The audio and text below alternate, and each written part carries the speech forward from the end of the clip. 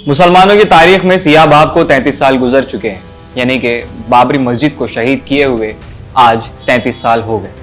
अगर हमारी सिस्कियां बाकी रहेंगी तो हम कलमा भी पढ़ेंगे और कहेंगे बाबरी मस्जिद की शहादत को याद रखो।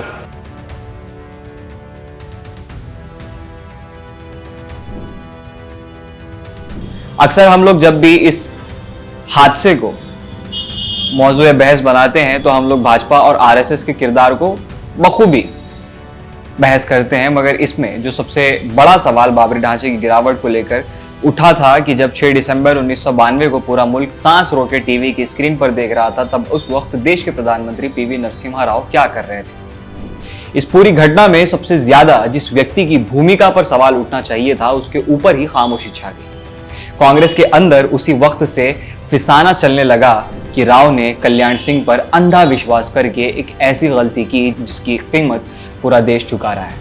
कल्याण सिंह ने अपना वचन दिया था कि मस्जिद को कुछ नहीं होगा, पर 6 दिसंबर की शाम तक मस्जिद गिर चुकी थी और कल्याण सिंह ने इस्तीफा दे दिया। कांग्रेस के नेता खुद अपने प्रधानमंत्री पर सवाल उठाने लगे। कहा जाने लगा कि राव ने कल्याण सिंह की बातों पर विश्वास करके देश और अपनी ही पार्टी को झूमर बना दिया है। लोग ये भी कहने लगे कि कोई छुपा हुआ समझौता हुआ था, एक ऐसा समझौता जिसके बारे में आम जनता को कुछ नहीं बताया गया। चलिए मैं आपको वक्त में पीछे लिए चलता हूं और वापस से उस हादसे को हम लोग नजर डालते हैं कि कैसे कांग्रेस की भी उसमें मुख्य भूमिका रही थी, चाहे वो मामला 6 दिसंबर 1992 का हो या 22 दिसंबर 1949 का। दूसरा बड़ा सवाल यह है कि आखिर इतना मजबूत और ऐतिहासिक ढांचा गिर कैसे गया। कार सेवकों के हाथ में सिर्फ बल्चे, कुदाले और रस्से थे। फुटेज में देखा गया कि गुंबद उस वक्त गिरा जब उस पर कोई नहीं था। कुछ ही पल पहले कार सेवक ऊपर नजर आते हैं, हाथ में कुदाले और रस्से, लेकिन एक खास पल आता है जब वीएचपी के नेता अशोक सिंघाल सिग्नल देते हैं और पीली पट्टी बांध कर आए लोग सबको, पत्रकारों को, आम कार सेवकों को, सबको धक्का देकर हटाना शुरू कर देते हैं, ऐसे जैसे कोई बड़ी चीज होने वाली थी जिसका सबूत नहीं चाहा जा रहा था। जब गुंबद गिरा तो लोगों का रवैया बिल्कुल अजीब था। मुरली मनोहर जोशी और उमा भारती खुशी में गले मिलते हुए देखे गए। Reporter Manoj Raghuvanshi control room की तरफ भागे और उन्होंने अडवाणी से मिलने की कोशिश की। उन्हें बताया गया कि अडवाणी किसी से मिलने की हालत में नहीं। कहने वाले कहते हैं कि वो हिला दिए गए थे। उन्होंने खुद इतनी बड़ी घटना होने का अंदाजा नहीं लगाया। एक बहुत ही मायने रखने वाली बात यह सामने आती है कि जो लोग इस आंदोलन का चेहरा बने, जैसे अडवाणी, उन्हें सिर्फ जज्बे को भड़काने और यात्रा जैसे कामों के लिए इस्तेमाल किया गया। जो असली प्लानिंग थी, ढांचे को कैसे गिराया जाएगा, कौन क्या करेगा, किस वक्त सिग्नल दिया जाएगा, ये सब कुछ बहुत कम लोगों के बीच में रखा गया था। हो सकता है कि बाहर से ये बात अजीब लगे, पर इंसानी रवैया कभी कभी समझ से बाहर होता है। इस पूरी घटना में सबसे मजबूत रेफरेंस सुप्रीम कोर्ट का है। 19 अप्रैल 2017 को 2 जज पिनाकी चंद्र घोष और आरएफ नरीमन ने जो ऑब्जर्वेशन दी, वो इस पूरे मामले की रोशनी को बदल देती है। कोर्ट ने साफ कहा था कि इस मामले में जुर्म की साजिश 1990 से ही शुरू हो गई थी और 6 दिसंबर 1992 को पूरी हुई। कोर्ट ने पत्रकारों और गवाहों के बयानों का हवाला देते हुए कहा था कि कार सेवक गुंबद को ऊपर से नहीं गिरा सकते थे, नीचे से दीवारें तोड़ने की कोशिश हो रही थी। और इस दौरान विनय कटियार, अडवाणी, मुरली मनोहर जोशी और अशोक सिंघाल बार बार कह रहे थे कि सब लोग गुंबद से नीचे आ जाओ क्योंकि वो किसी भी वक्त गिर सकती है। एक गवाह लतिका गुप्ता का बयान भी कोर्ट में शामिल हुआ। उन्होंने कहा कि अडवाणी बार बार चिल्लाकर कह रहे थे कि सीआरपीएफ कभी भी आ सकती है, सब लोग रास्ते पर जाओ और उन्हें रोक दो। यानी पूरा फोकस इस बात पर था कि अगर सुरक्षा बल आ गया तो उनको रोकने पर, किसी को यह नहीं बताना है कि नीचे क्या हो रहा है। और सबसे अजीब बात यह हो रही है कि मस्जिद गिरने के बाद एक टुकड़ा तक वहां नहीं छोड़ा गया, कोई सफाई टीम नहीं बुलाई गई। कार सेवक रात भर में पूरा इलाका साफ कर गए, जैसे सुबह तक वहां एक सफेद खाली मैदान बस बचा था, जैसे वहां कभी कोई ढांचा मौजूद ही नहीं था। अब तीसरा और सबसे हैरान कर देने वाला सवाल, पुलिस ने कुछ किया क्यों नहीं? सुरक्षा बल बिल्कुल जैसे सोते हुए थे। किसी प्रकार का क्रैकडाउन नहीं हुआ, कोई लाठीचार्ज नहीं, कोई फायरिंग नहीं, जैसे उन्हें पहले ही बता दिया गया हो कि ऐसा कुछ होने वाला है।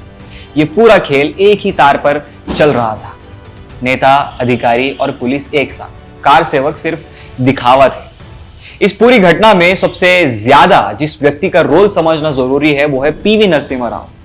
देश जला, मस्जिद गिरी और प्रधानमंत्री एक अजीब सी खामोशी में थे।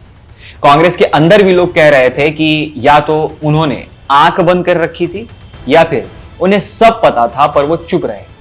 और सबसे बड़ी बात, जब सालों बाद रिपोर्ट सरकार को दी गई तब भी किसी पर कोई कार्रवाई नहीं हुई। आखिर में एक और बात समझना जरूरी है, इस पूरे मामले को बार बार उठाया जाता है क्योंकि यह मुद्दा 2 साल तक धीरे धीरे जल सकता है। जब चुनाव करीब आया तो हवा गर्म की गई। जो लोग दोषियों की लिस्ट में हैं वो फिर से शहीदों जैसे रूप ले सकते हैं। कोर्ट ने कहा था कि फैसला 2 साल में सुनाया जाएगा, बिल्कुल उस वक्त जब आने वाले चुनाव का माहौल बनने लगा था। जो लोग आगे दिखे वो सिर्फ मोहरे थे। असली प्लानिंग कहीं और हो रही थी और हर नेता को बस उतना ही बताया गया जितना उसके रोल के लिए जरूरी था। इस वजह से इतना बड़ा ढांचा पल भर में गिर गया और देश में आज तक ये सवाल घूमता रहता है कि इसका असली जिम्मेदार कौन था या फिर इसकी जिम्मेदारी कौन लेगा। इस पूरी कहानी का एक और गहरा पहलू 22 दिसंबर 1949 की रात से शुरू होता है। रात के लगभग 11 बजे अयोध्या में एक अजीब सी खामोशी थी। इस रात अभिराम दास जो हनुमानगढ़ी के एक प्रभावशाली साधु थे, रामघाट मंदिर के पिछले हिस्सों में छुपकर पहुंच गए। उनके 3 भाई और 4 चचेरे भाई वहां रहते थे। संस्कृत पाठशाला में पढ़ते थे और मंदिर का पूरा निगरानी तंत्र उनके हाथ में था। इसी रात बाबरी मस्जिद के अंदर राम की मूर्ति आप ही प्रकट हुई। पर असली कहानी यह है कि मूर्ति रखने का काम एक संगठित रात की ऑपरेशन था, जिसमें सीधा हाथ किसका था? फैजाबाद एडमिनिस्ट्रेशन, जिसे कंट्रोल कर रही थी कांग्रेस की सरकार। सबसे मजबूत रेफरेंस ये है कि फैजाबाद ने डिस्ट्रिक्ट मजिस्ट्रेट के नैयर ने मूर्ति रखने के बाद पुलिस को रोक दिया कि मूर्ति हटाई ना जाए। उत्तर प्रदेश में उस वक्त कांग्रेस की सरकार थी और स्टेट गवर्नमेंट ने नैयर को रोकने के बजाय पूरा साथ दिया। जब प्राइम मिनिस्टर नेहरू ने मूर्ति हटाने का ऑर्डर दिया तो यूपी की कांग्रेस सरकार ने उनके ऑर्डर को इग्नोर कर दिया।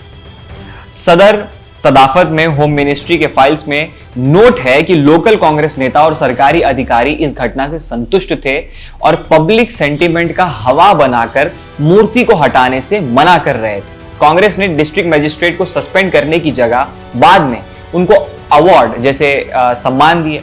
नैयर बाद में जनसंघ से एमपी बन गए, पर 1949 में उनको प्रोटेक्ट कांग्रेस ने ही किया। इसका मतलब यह था कि 1949 की रात मूर्ति रखने के मास्टरमाइंड साधु और लोकल ऑफिशियल्स थे, लेकिन उनका पॉलिटिकल प्रोटेक्शन कांग्रेस ने दिया।